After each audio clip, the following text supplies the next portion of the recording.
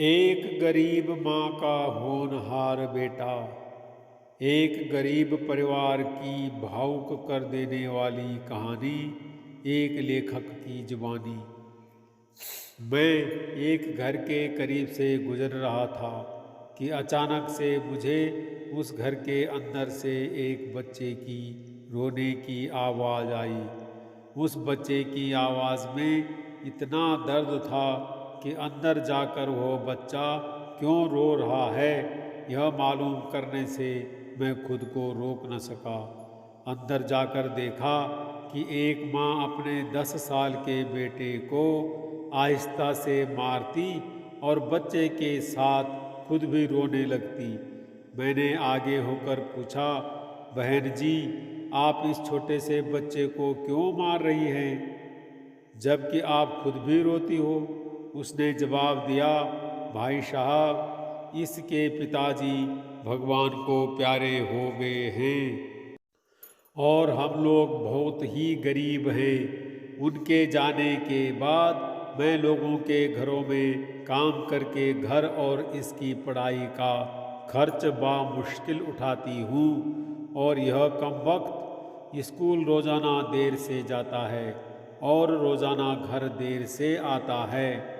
जाते हुए रास्ते में कहीं खेल कूद में लग जाता है और पढ़ाई की तरफ जरा भी ध्यान नहीं देता है, जिसकी वजह से रोज़ाना अपनी स्कूल की वर्दी गंदी कर देता है। मैंने बच्चे और उसकी माँ को जैसे तैसे थोड़ा समझाया और चल दिया। इस घटना को कुछ दिन ही बीते थे कि एक दिन सुबह सुबह कुछ काम से मैं सब्जी मंडी गया तो अचानक मेरी नज़र उसी 10 साल के बच्चे पर पड़ी जो रोज़ाना घर से मार खाता था। मैं क्या देखता हूँ कि वह बच्चा मंडी में घूम रहा है और जो दुकानदार अपनी दुकानों के लिए सब्जी खरीद कर अपनी बोरियों में डालते तो उनसे कोई सब्जी जमीन पर गिर जाती थी, वह बच्चा उसे फौरन उठाकर अपनी झोली में डाल देता। मैं यह नज़ारा देखकर परेशानी में सोच रहा था कि ये चक्कर क्या है। मैं उस बच्चे का चोरी चोरी पीछा करने लगा। जब उसकी झोली सब्जी से भर गई तो वह सड़क के किनारे बैठकर उसे ऊंची ऊंची आवाज़ें लगाकर वह सब्जी बेचने लगा। मुंह पर मिट्टी, गंदी वर्दी और आंखों में नमी। ऐसा महसूस हो रहा था कि ऐसा दुकानदार जिंदगी में पहली बार देख रहा हूँ। अचानक एक आदमी अपनी दुकान से उठा जिसकी दुकान के सामने उस बच्चे ने अपनी नन्ही सी दुकान लगाई थी।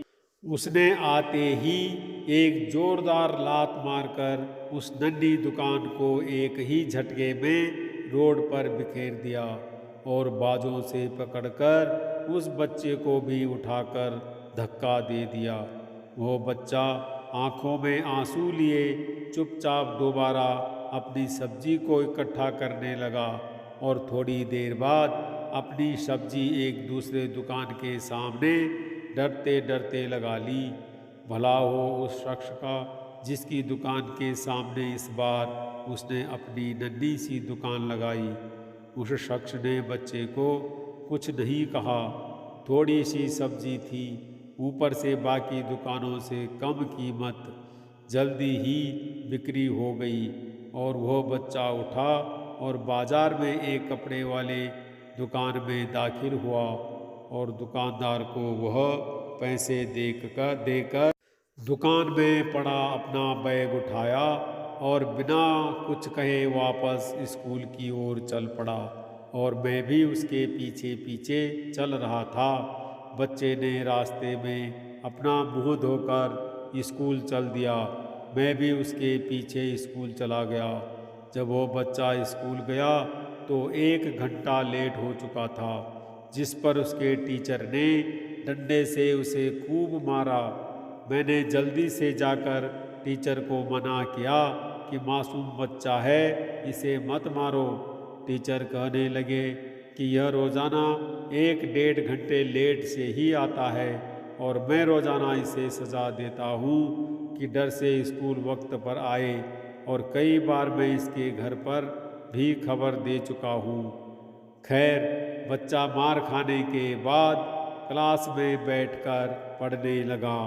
मैंने उसके टीचर का मोबाइल नंबर ले लिया और घर की तरफ चल दिया। घर पहुंचकर एहसास हुआ कि जिस काम के लिए सब्जी मंडी गया था वो तो भूल ही गया। मासूम बच्चे ने घर आकर माँ से एक बार फिर मार खाई। सारी रात मेरा सर चकराता रहा। सुबह उठकर फौरन बच्चे के टीचर को कॉल की कि मंडी टाइम पर हर हाल में मंडी पहुँचे, और वो मान गए। सूरज निकला और बच्चे का स्कूल जाने का वक्त हुआ और बच्चा घर से सीधा मंडी अपनी नन्ही दुकान का इंतज़ाम करने निकला। मैंने उसके घर जाकर उसकी माँ को कहा कि बहन जी, आप मेरे साथ चलो, मैं आपको बताता हूँ आपका बेटा स्कूल क्यों देर से जाता है। वह फौरन मेरे साथ मुँह में यह कहते हुए चल पड़ी कि आज इस लड़के की मेरे हाथों खैर नहीं, छोड़ूंगी नहीं उसे आज। मंडी में लड़के का टीचर भी आ चुका था। हम तीनों ने मंडी की 3 जगहों पर पोजीशन संभाल ली और उस लड़के को छुप कर देखने लगे। आज भी उसे काफ़ी लोगों से डांट फटकार और धक्के खाने पड़े, और आखिरकार वह लड़का अपनी सब्जी बेचकर कपड़े वाली दुकान पर चल दिया।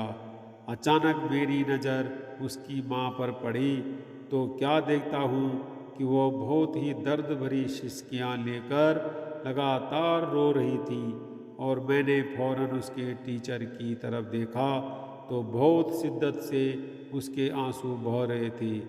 दोनों के रोने में मुझे ऐसा लग रहा था जैसे उन्होंने किसी मासूम पर बहुत जुल्म किया हो और आज उनको अपनी गलती का एहसास हो रहा हो। उसकी माँ रोते रोते घर चली गई और टीचर भी सिसकियाँ लेते हुए स्कूल चला गया। बच्चे ने दुकानदार को पैसे दिए और आज उसको दुकानदार ने एक लेडी सूट देते हुए कहा कि बेटा, आज सूट के सारे पैसे पूरे हो गए हैं, अपना सूट ले लो। बच्चे ने उस सूट को पकड़कर स्कूल बैग में रखा और स्कूल चला गया। आज भी वह 1 घंटा देर से था। वो सीधा टीचर के पास गया और बैग डेस्क पर रखकर मार खाने के लिए अपनी पोजीशन संभाल ली और हाथ आगे बढ़ा दिए कि टीचर डंडे से उसे मार ले। टीचर कुर्सी से उठा और फौरन बच्चे को गले लगाकर इस कदर जोर से रोया कि मैं भी देखकर अपने आंसुओं पर काबू न रख सका। मैंने अपने आप को संभाला और आगे बढ़कर टीचर को चुप कराया और बच्चे से पूछा कि यह जो बैग में सूट है वह किसके लिए है। बच्चे ने रोते हुए जवाब दिया कि मेरी माँ अमीर लोगों के घरों में मजदूरी करने जाती है और उसके कपड़े फटे हुए होते हैं, कोई जिस्म को पूरी तरह से ढांपना वाला सूट नहीं, और मेरी माँ के पास पैसे नहीं हैं, इसलिए अपने माँ के लिए यह सूट खरीदा है। तो यह सूट अब घर ले जाकर माँ को आज दोगे? मैंने बच्चे से सवाल किया। जवाब ने मेरे और उस बच्चे के टीचर के पैरों के नीचे से जमीन ही निकाल दी। बच्चे ने जवाब दिया, नहीं अंकल, छुट्टी के बाद मैं इसे दर्जी को सिलाई के लिए दे दूंगा।